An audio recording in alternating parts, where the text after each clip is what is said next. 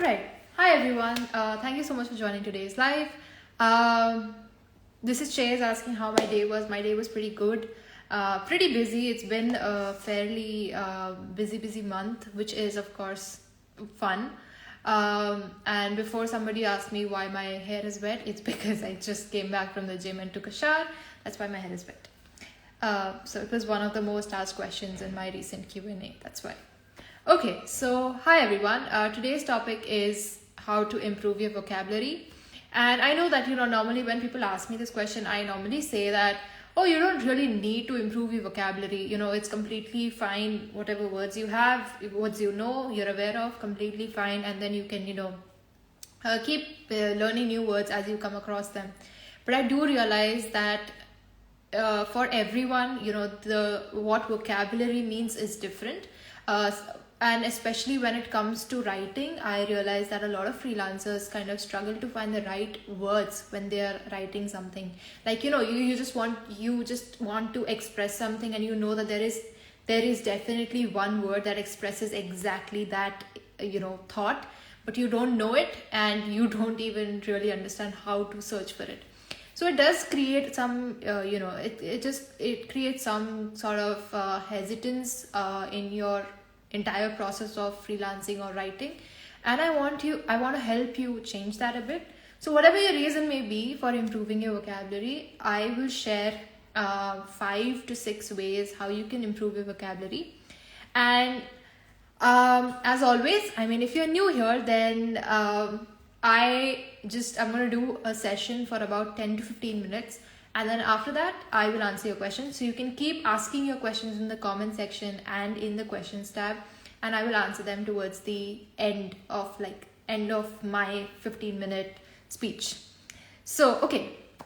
So a few, how do you improve your vocabulary? So I have around 5 to 6 ways to share with you. So every time I tell a way, I just want you to tell whether you've tried it or not. So if you've tried it, just give a thumbs up. And if you haven't tried it, just give it a thumbs down. So I just want to know how many people are aware and how many people have given this a shot. Okay. So the first thing is something that I actually read online, and something that even my dad recommended. It's reading a dictionary. I know that it sounds kind of absurd, but reading a dictionary, like probably front to back, or even, picking up your favorite letter, maybe picking up your favorite, or just flipping the book, finding a page and reading that, it really gives you an idea of all the words you're missing out on. So just, if you really want to improve your vocabulary and you're not sure, especially if you're not sure where to start, then a good way is to just flip the dictionary, find some new words and note them down. Some good things about using a dictionary is that, it gives you the word itself, yes. It gives you the spelling as well. It gives you the pronunciation. So there's a way how to read the pronunciation in a dictionary. You can check that out. It's usually in the beginning of the dictionary. So pay attention even to the pronunciation, the way it's written, and pronounce it that way. And learn from, the word that's in, learn from whatever is given in that. So there'll be a meaning, there'll be an example, there'll be the word itself, there'll be the pronunciation. So you're learning all of these things together, right? So first is reading a dictionary. If you have tried this, give it a thumbs up. If you have not, give it a thumbs down. Okay. So the next thing is again something that my dad highly recommends. And I know, when I say my dad recommends it, I know everybody just kind of starts listening carefully because it matters, right? So the second thing is that you read a classic. So you read a classic book, like anything. You can look at top 5 books maybe from a certain genre or a certain time period or age that you like. Pick it up and start reading. And at this point, focus on the usage of words, because the classic books have a lot of different kind of words. They have words that we don't commonly use these days. They're even in terms of writing, even in terms of present day books, certain words are not present. So read classic books, try to underline, if it's your book, try to underline the new words, and maybe circle them and then write them on a different book, a notebook, and then look at their meaning, look at their pronunciation. Again, you can refer back to a dictionary for that. So that's a very useful way as well. If you have tried reading classics to improve your vocabulary, give it a thumbs up. If not, thumbs down. Okay. All right. The third thing is actually super fun, and the third thing is actually what really helped me as well to pick up a lot of the words that I know, especially at a young age. It was watching movies. So if you like watching movies, then this is a huge plus point for you, because you can learn a lot of about a certain slang, about a certain, the way people pronounce words in different countries, in different states maybe. You can learn how the words are used. I mean, each and every country actually has different ways they use words. They have different, different purpose of the way they say a sentence. I mean, I think in a way you also understand the etiquettes of speaking in every single country, which is also helpful.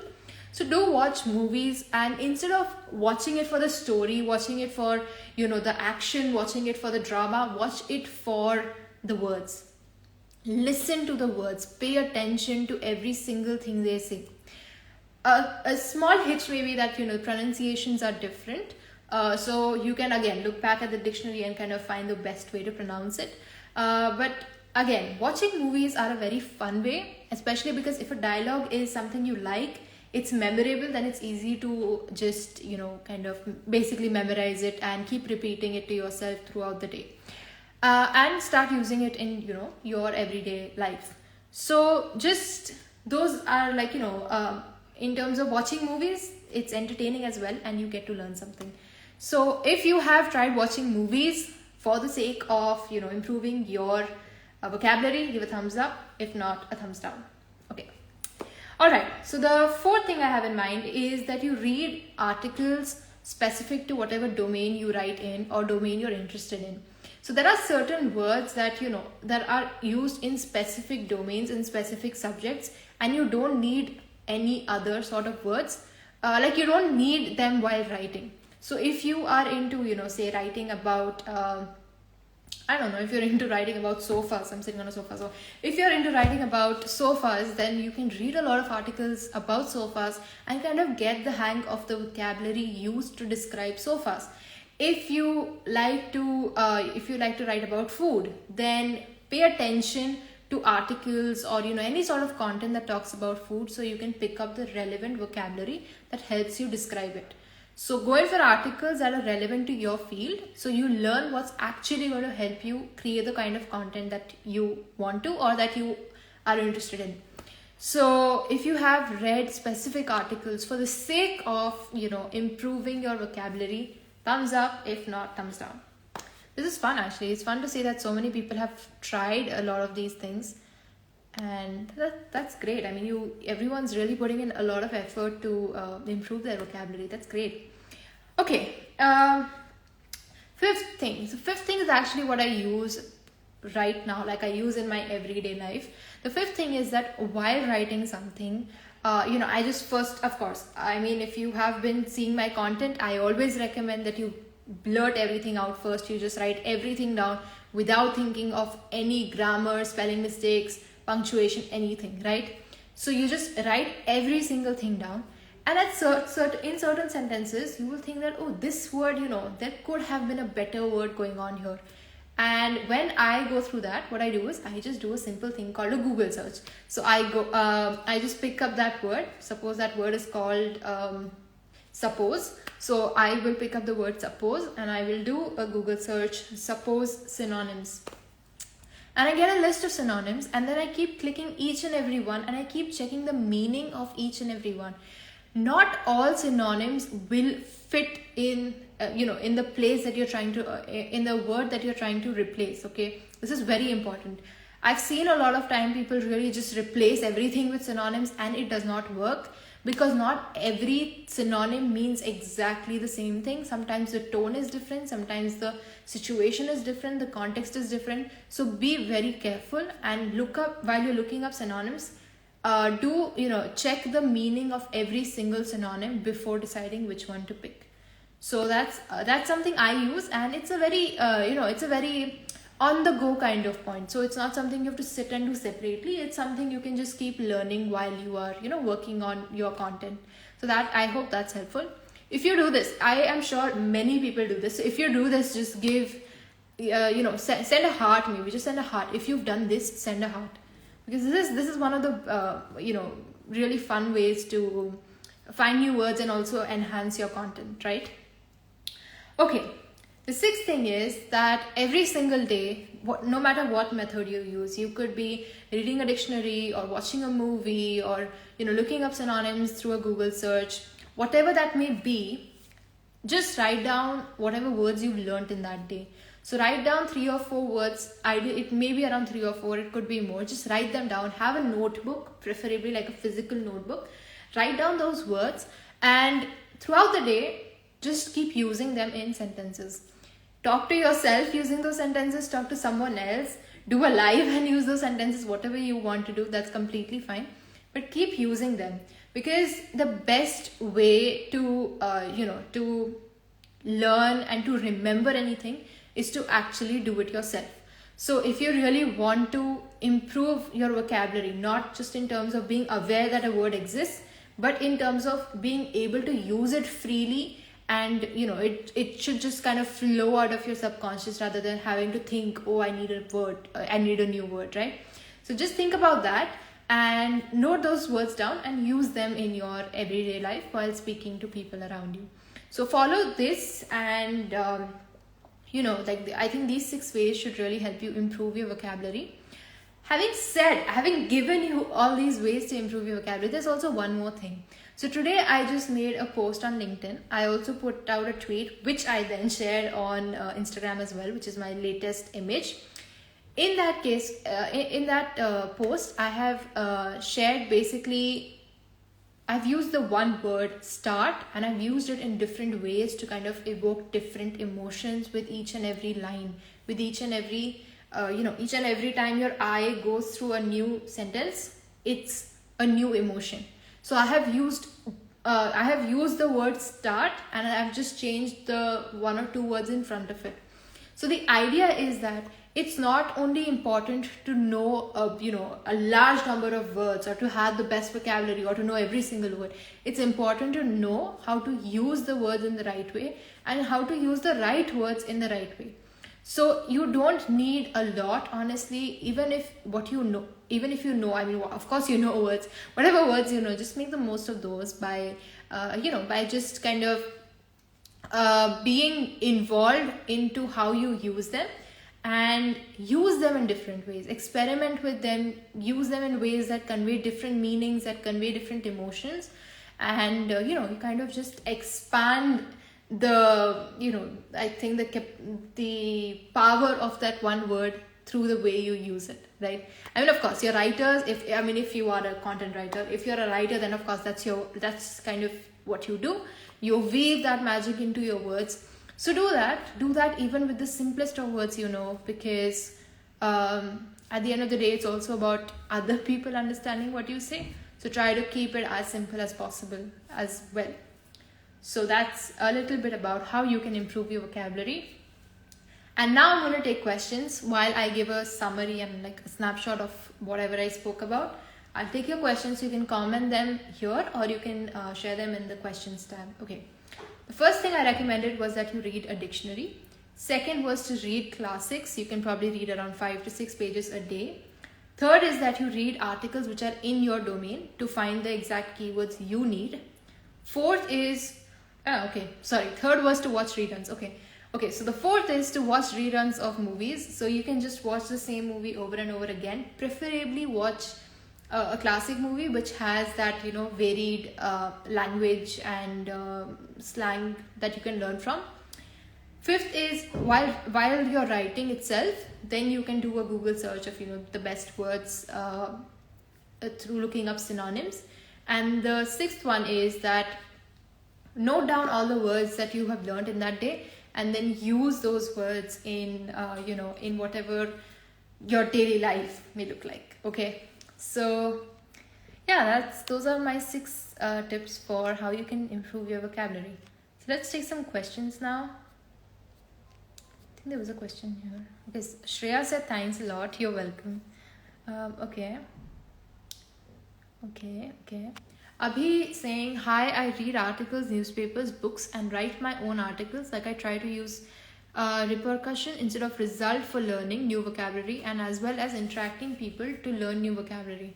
Yes, that is a good way as well. I mean, of course, that you write articles, and writing, of course, being in the process of actually using those words, and then interacting with people. Again, it's the same thing, that you kind of get exposed to their way of talking, and you pick words up from there, which is again a very good way to improve your vocabulary. What do you mean by classics? Shivangi, I think anything, in the, say, like late 70s, 80s, probably I would put that there, or before that, right?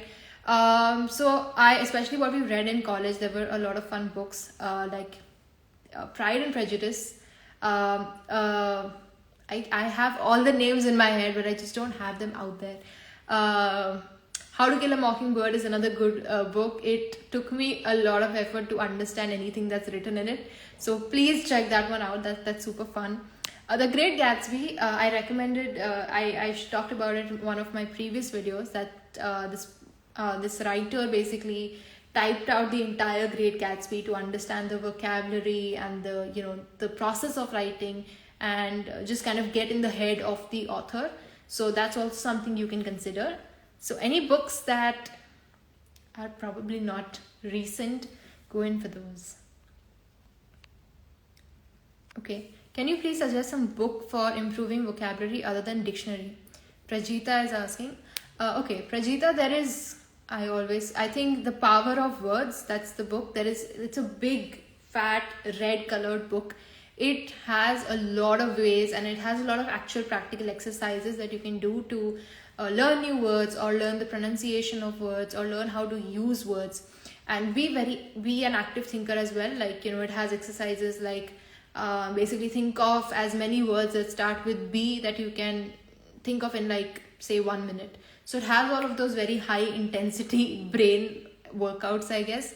You can check those out. I did those when I was around 10-12 years old. But that's definitely super helpful for anybody.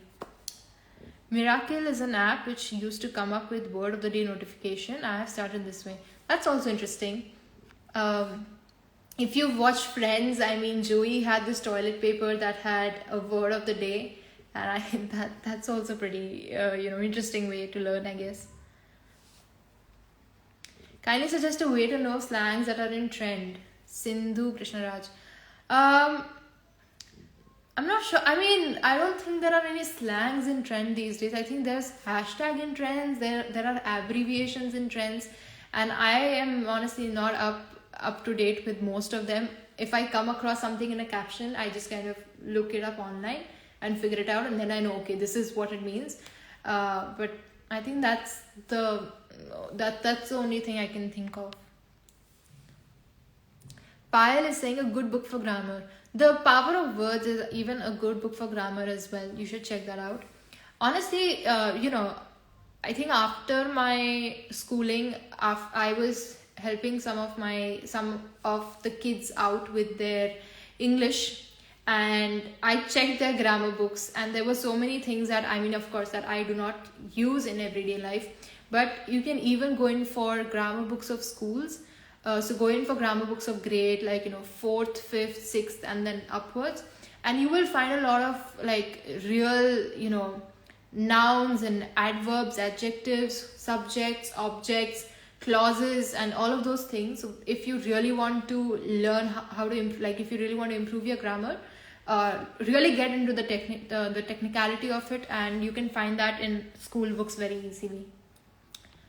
What about puns, innuendo, phrases, idioms? Each continent has a different way of speaking. Yes, absolutely. Each continent has a different way of speaking. Each country, each state also has a different way of speaking. So in terms of writing, you have to be a little bit careful, because certain things may just be very wrong in other places, and completely fine. Certain things may not even make sense in other places.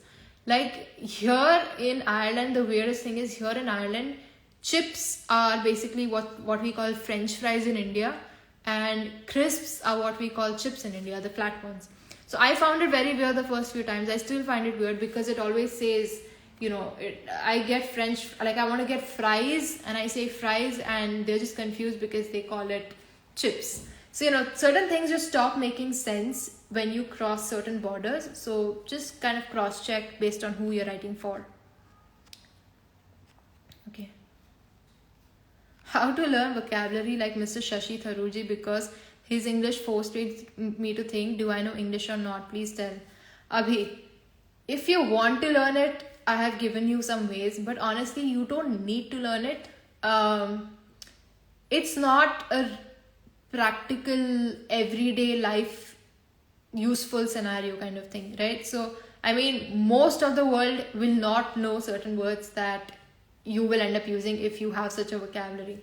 So see, it's good to have vocabulary, but there is a line between having good vocabulary and knowing when to stop using that vocabulary or knowing when to use that vocabulary. So learn as much as you want to, but understand that not everyone knows it, and if you don't use it the right way, if you don't use it the way you're supposed to, then it may not leave a good impression on anyone else. Prajita said a book for grammar. A book for grammar is going for school students' grammars. That's what I prefer. Soulfully Sublime said Word Power Made Easy is the book. Yes, Word Power Made Easy, that red color book. It's very thick, but it's actually a fun book because it's like solving a puzzle basically. It's fun.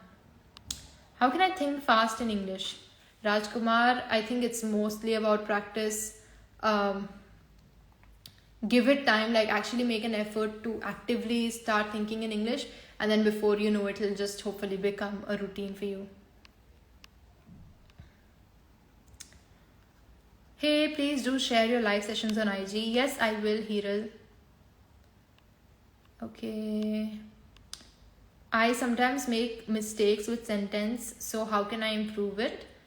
Saina, you can use something like Grammarly just to help you identify those mistakes. So you can even go in for a premium version. I think it's around $10 to $15 a month, but I think it's a good way to learn.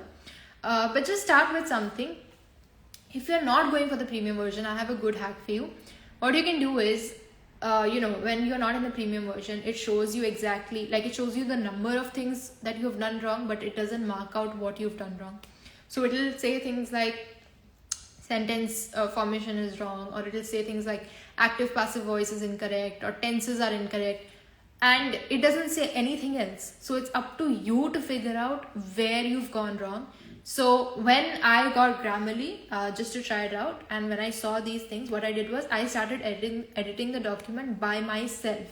And in that process, without Grammarly telling me anything, I found my mistakes, and that was more helpful because then I knew exactly where I was going wrong, because I had to do it by myself and not, the app was not telling me. So I think this could also be a good way. What course have you done for content writing? Ganatra, I have not done any course. How to work upon communication skills and grammatical mistakes? Practice is key. Please, you can try using this Grammarly idea that I gave. I think that will help you out. What's more important, better vocabulary or fluency? Shreyas, what's important is actually communication. So it doesn't matter. Like, I think most of the times you should be able to get your message across. That is the number one thing. But that does not permit you to just stop there. Okay, like if you can get if you can get your purpose of talking across, that's good. But you have to constantly keep improving on things that you have to improve upon.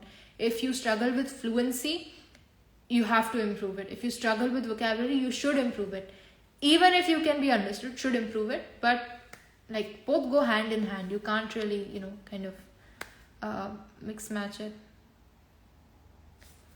Okay. Can you suggest a way to work on attention grabbing or quirky words for captions as well as blog posts? Priyal, it kind of just comes to you, so you have to keep thinking about it. So if you're thinking of something, if you're thinking about it for, like, say, a brand, then keep thinking about it for the whole day, even before you go to bed. That's what I do. And certain words just keep on coming in your head, and then you make the most of it. So anything that becomes quirky has to be given a lot of time, and you have to be in a different space. Probably sometimes it takes, you to be a 7 a.m. person, like, you get all quirky things at 7 a.m. Sometimes you get them at 3 a.m. So it's different for everyone, but you have to give it time, because that's when you move out of a certain zone and then you are open to more things.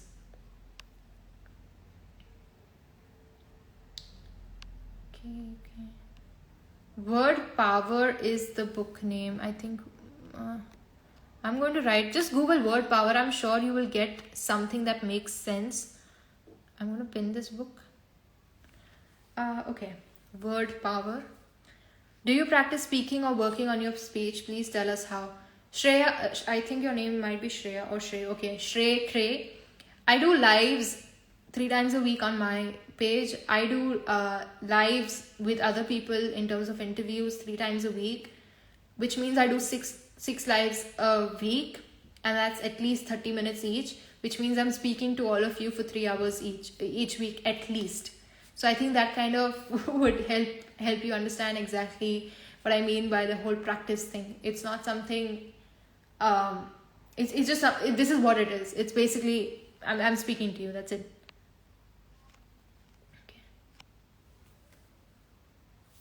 Okay. Sometimes I get confused which synonym to use. I think a lot to use it or not, or it might change the emotions. Some tips for using synonyms that don't change the emotions. Karishma, when you're looking at synonyms, you will find at least 6 to 10 synonyms for each word. Okay, so look at those synonyms and read the meaning and the usage of every single one. So you found the meaning, that's fine. Then open another tab and use the word. So synonym for emotion, you find something. Feeling, okay. How to use feeling in a sentence. Do Google searches like that and really understand what it means to use that word, and then accordingly you can decide how you want to implement it in whatever you're writing. Okay. So a lot of these other things are about communication or languages. I don't really want to talk about that. If you have any questions relevant to vocabulary, I can answer those. How to, yes, Mahidar has also asked how to learn idioms. I think that was another question. Okay, how to learn them. So for learning idioms, I had this book when I was growing up. It was called A Book of Idioms. And it had all these idioms with the name, a nice little picture and examples. So you can literally do a Google search of, just pick anything like animal idioms or nature idioms or, I don't know, whatever theme you can think of, just pick that and you can check out the idioms and learn from there.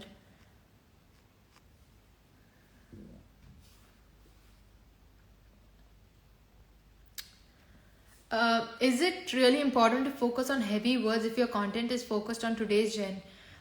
I think your name is Harsh. Okay, so it's not important to focus on heavy words. It's important to focus on words that convey good meaning and that make sense to your viewer. So it is never about the nature of the word in itself. It's about what fits at that point and what really works best for for your audience. Okay. Is it true that free courses don't have much content compared to paid? Please answer. Heartspeak, I'll tell you something. My Instagram page has over 30 hours of free IGTV lives or saved IGTV, whatever you call it. That's 30 plus free hours. And I just want you to think whether you like it or not, whether it's been helpful to you or not, and then I think you can answer your own question. Okay. Payal, you're asking about how to start content writing. Please check out my page for that because that's a different topic. So I do not want to discuss that today. Vocabulary, and I like to, keep it in that zone.